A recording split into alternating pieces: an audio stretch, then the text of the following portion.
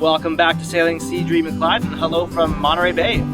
We are heading for Monterey from Moss Landing. In the meantime, I'm doing some video editing, including this episode that is looking at finishing up the Dodger, doing some sail repair, varnishing, and a few other little tasks. And then we head off sailing on our way up to Nanaimo where we do our haul out. So I hope you enjoy the episode. I'm just mixing some Marine Tex, which is this great epoxy putty product that I'm going to kind of cap off some of the Dodger stuff that I've been working on. So this stuff I've used for a variety of different things. It has a nice working time, like 20-30 minutes, and then it starts to harden up, and then within 24 hours it's rock hard and you can sand it. So yeah, I'm going to apply this now and carry on. Alright, so I've got the Marine Tex all applied now, and I'm really excited about that. It's drying and setting up real perfectly, and so I'll soon be able to sand it and get started on painting. All the prep is done on the bottom side. I have a little bit more work to do on the top side, but I'm going to do it separately, one at a time, so that the paint doesn't dribble. So yeah, here comes the painting on the bottom side.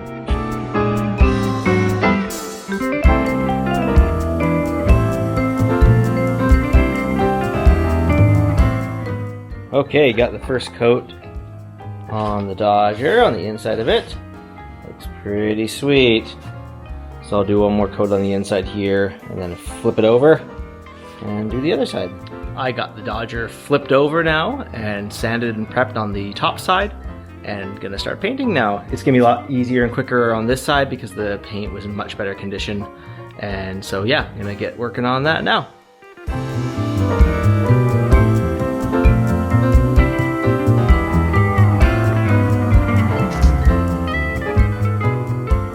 Okay, got the first coat on the top side done. Looking pretty sweet. Almost there. It's gonna be really nice getting the fresh windows in there too. And get the solar panels back on. I am working on the Dodger still. Getting the solar panels mounted, though everything's coming along quite well. And so I have the first upper brackets on, and now I'm gonna create the lower ones. I'm doing them much differently than before. Before I just had some random brackets on. When I hastily installed this at the start of COVID, when the pandemic started, I left the dock and got the heck out of town and needed solar really rapidly and didn't have the know-how or supplies available. But now I have a better place to work and some know-how on how to work with aluminum. So I'm going to do some bending in a minute here and drilling and cutting, and just got some aluminum flat bar that I'm going to cut and bend. So this is a fun little project, and I'm really excited about having these solar panels mounted a lot better. I grabbed a bit of cardboard and I've just labeled them where they go. So I got that measurement like that, these angles, and then I just gotta cut the aluminum and then heat it up and bend it.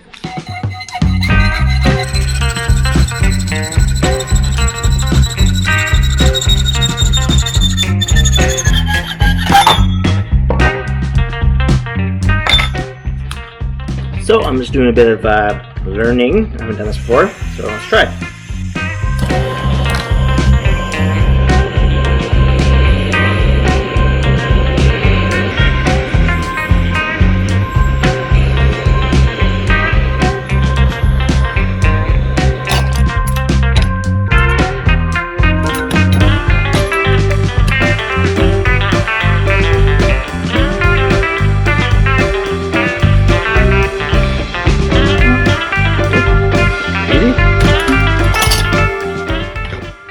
Chunk that, not so difficult.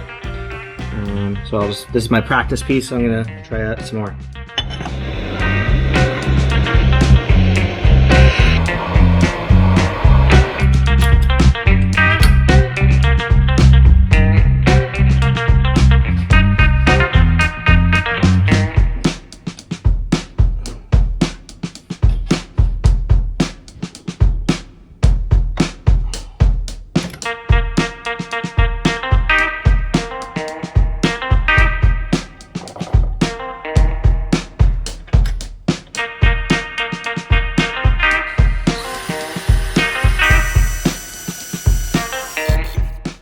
Dodger's just about finished.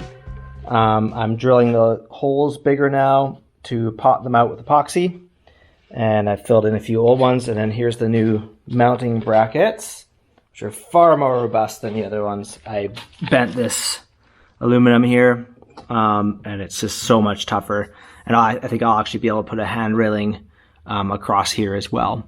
So yeah, it's super tough and it's all drilled and ready to go. I'm just gonna pot the holes with epoxy, fill in the old holes, and it'll be done. And back to the boat. All right, we have the Dodger loaded up in our friend Tuck's truck and we're heading to go bring it back to the boat now. Stoked. All right, we got Clyde here, just with this little wig on. Maybe we could just go this way, up here.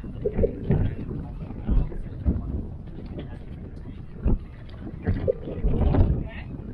got it? Awesome, that's great. Made it, and he took out the little rod.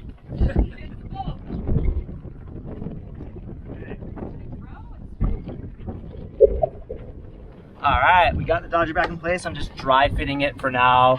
We're gonna come back here later. We're in a bit of a rush, borrowed a car, but we'll caulk it back in place and get new windows, and it's all good to go. It looks great. All right, it is spiffy, shiny, egg white. Very shiny, very white. So I've sanded and prepped all those bits of wood here. These are the holders for the lee boards, which I need to install because they've naturally been not installed since Sea Dream of Clyde hasn't been offshore for a long time. And this piece of wood goes around where the door advent comes in. So I've cleaned it up a bit. This looks like this staining goes deep, so I'm just going to leave it. It's in the bathroom, so it's not that visible anyhow. And this goes at the companionway. There had been some leaking and it got a bit damaged, so I've stripped it right down and fixed it up. There actually is a little tiny bit of rot here that kind of came out, but I think once there's varnish on it, it'll harden it up and it should be fine. It's not a structural point at all. And then these grab rails, they go on the Dodger. So I've cleaned them right up and I'm going to varnish them up. So let's get going on that. I'm using Sitkin's Cetol Marine Natural Teak, and then there'll be a clear coat that goes on after that.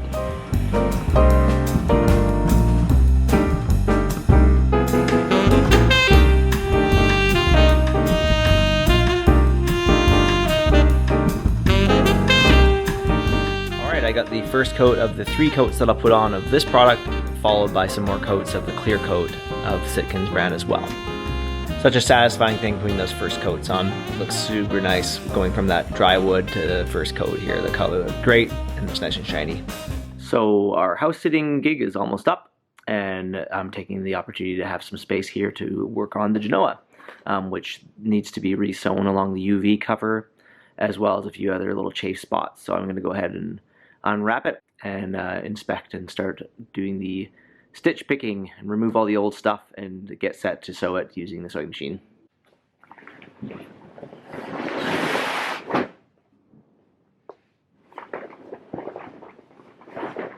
So all in all, the sail's in pretty good shape. The cloth is pretty nice still and it has some pretty good shape. The sacrificial UV strip is starting to wear, just the threads. The cloth itself is fine, so we'll get to reuse that. And just a few spots where, when you're tacking, there's some pretty significant chafe that I gotta take care of. There's a chafe patch that needs to be redone. And here's where the sail comes across the boat and rubs. So naturally that stuff is deteriorating, but no big deal, I can fix that. Just replace a new strip right here. Here's some sewing that Alex did while we were en route using the Speedy Stitcher, and it held up just fine up until now. Well, it's still fine. But I'm going to take that out so we can sew it with the machine. And we can see lots of spots here where the thread's just totally given up. So we're going to have to go in there and re-sew all these little spots right here and all the way up here. It's come off on the one side, still holding out on the other, but obviously that's going to deteriorate soon too. This would be the side that's exposed to the sun. I added a bunch of sail tape here and there, and it's held up fine. This stuff I just did a month and a half ago, and it did fine in a couple gales. And there's a few other bits where it's been on for a lot longer and it's actually held up just fine too. Like I added this part, like I think last summer, and it's definitely ready to come off, but it held up just fine. Here's some sewing I did as well. We gotta add a patch there. Not so bad though. And the sailcloth itself, like I said, is pretty fair shape.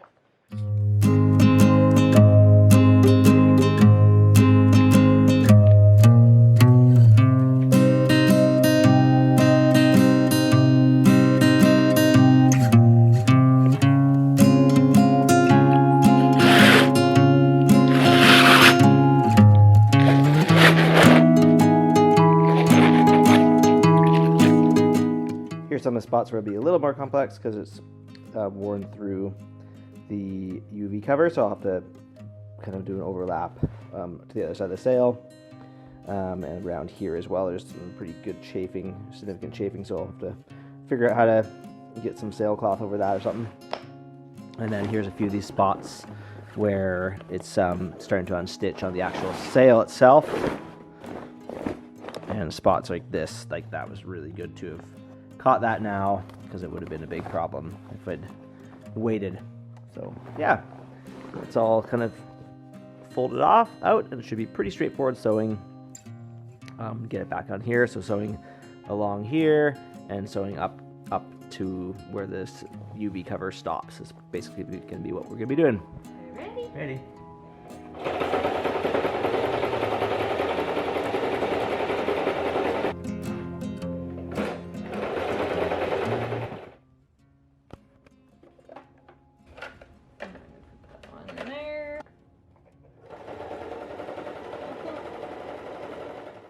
Okay, we've gotten some of the work done on this sail, ran out of thread, and now we're trying to find thread in town. Ordered some on from Sailrite, and it'll come probably in a week or something, but hopefully we can find some from a local sail loft. But anyways, it's going pretty smoothly. This machine is definitely, his mustache back there. This machine is definitely, not made for using on sails, but it's actually performing okay when there's like 3 or 4 layers of fabric. It's not bad. So we've gotten repairs along the UV here, and all the panels were also coming undone. So we've gotten stitches up, many of them. This one needs some more. Here's where we carried on and re-sewed some of these sections where the thread was coming up on this part. And there's actually a few spots where it had even come apart. So once we get more thread, we may run lines further up those as well. But all in all, we're doing pretty good here, just learning as we go and giving this old sail a little more life, because it probably has another year or 2 left in it, and then we'll have to replace it. But this will be just fine, and especially on our budget right now. I'm back on the boat and getting set to finish installing the Dodger. I dry fitted it with Cat the other day, but didn't do the sealant because we didn't have enough time. But we are going to be moving back onto the boat soon, so it's time to finish that up. So all I need to do now is just countersink some of the bolt holes that I did repairs on, and then seal up with Sikaflex the rest of the bolts as I put them in. So not too big of a job, a little bit of cleanup on the old Sikaflexes there still, and then it'll be done. So hopefully it just takes me an hour or 2.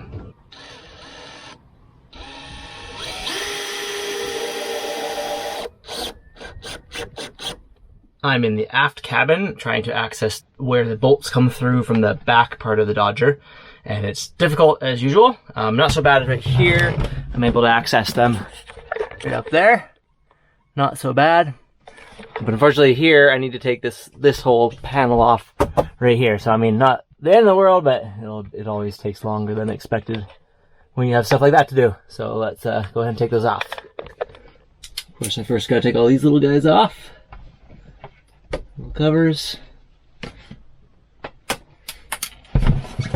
Try not to lose them.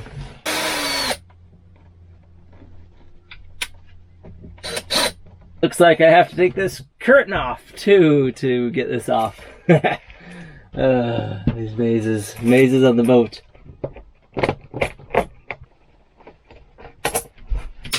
Wow.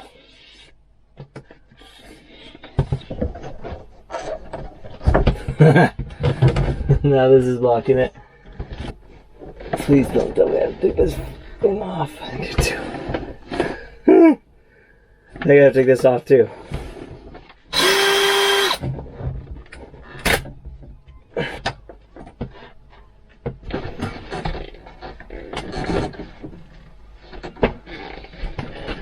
Okay, so it looks like I can access there close enough with a extended socket to be able to get the nut on the back of that. So cool. That's ridiculous though. Never easy doing this kind of thing.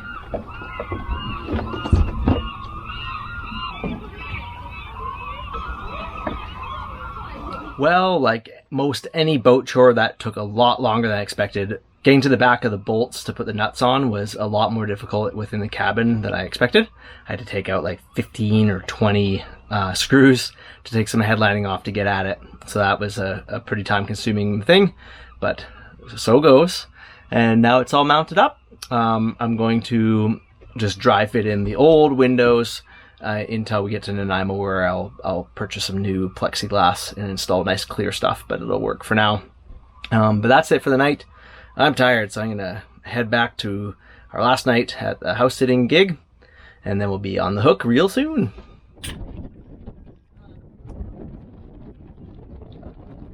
Good morning! We didn't finish repairing the sail when we were house sitting. Unfortunately, we ran out of thread. Should have seen that coming. Didn't plan ahead. That was my fault. Anyways, we got a ton of thread now. We got 3,000 yards, so that'd be ample for our repairs into the coming years. And we're gonna head over to this pier right across from us, and we're going to do our sailing repair there because there is a plug and it's right here, and why not do it right on where the public's hanging out?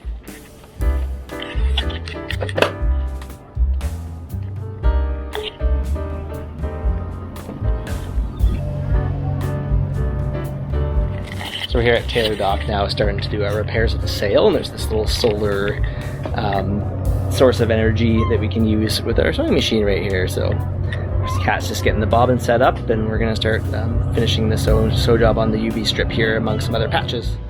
I am putting a patch of the UV protector where it needs some help and some love. Sweet. Yeah, there was a big hole here. It's kind of covered now. There it is. Yeah, this is what I'm going over right now. So we're gonna put this over it, and we already sewed the back side of the new patch there. And so we're just being careful not to get the leech line right there tucked into this, so it can still move freely. Sweet. Yeah. So far it's been pretty fun working here. We've had a few people come by of curiosity wondering, what are we sewing? We're gonna tell them it's a t-shirt next time. Here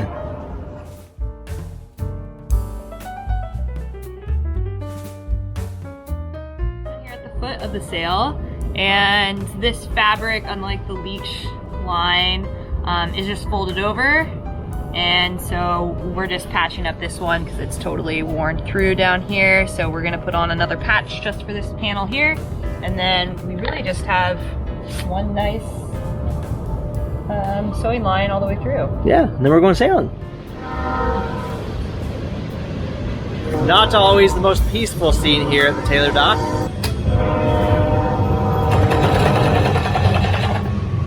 All right, we are leaving Bellingham Bay. Thank goodness. It is a bit of a junk show here right now, but absolutely beautiful, sunny, hot, not too much wind, so we're gonna start motoring. And yeah. Got dogs barking. We got a Sea-Doo listening to country music and raging around the anchorage now, just as we got going here.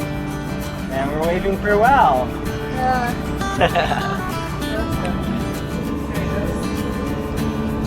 So the sewing machine stopped functioning correctly while we were just about to finish up on the pier the other day. So I've been doing a bit of hand sewing, and I just have another probably 10 or 15 or 20 minutes left to do it. And it's flat calm here, so we're motoring across Bellingham Bay, but there does look like there's some wind up ahead in Hale Channel or Hale Passage. So I'm gonna try and get the sail ready to go use that wind in a few minutes. Still pretty calm out, I would say. It's pretty calm out. But there might be a little wind up ahead here in Hale Passage, so we're going to get the Genoa back on its furler and be ready to sail shortly.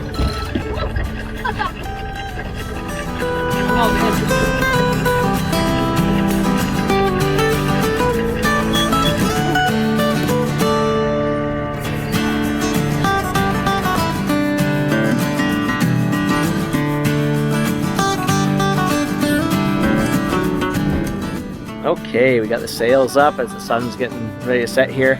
We're likely just gonna sail to the top of Hale Passage here and then anchor for the night. We'll have about a mile to buck tide, and then the tide will be in our favor in the morning. This is beautiful, warm, sunny sailing.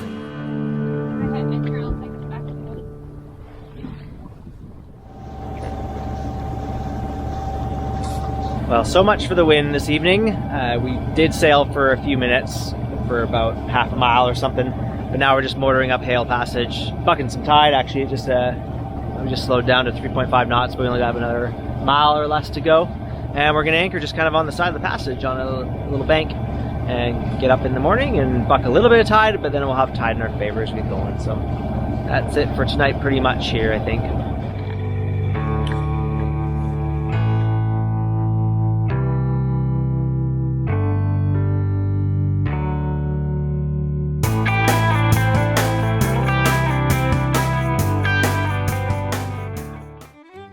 Coming up next time on Sailing Sea Dream of Clyde, we depart Hale Passage bright and early and head to Pender Island in Canada to clear customs.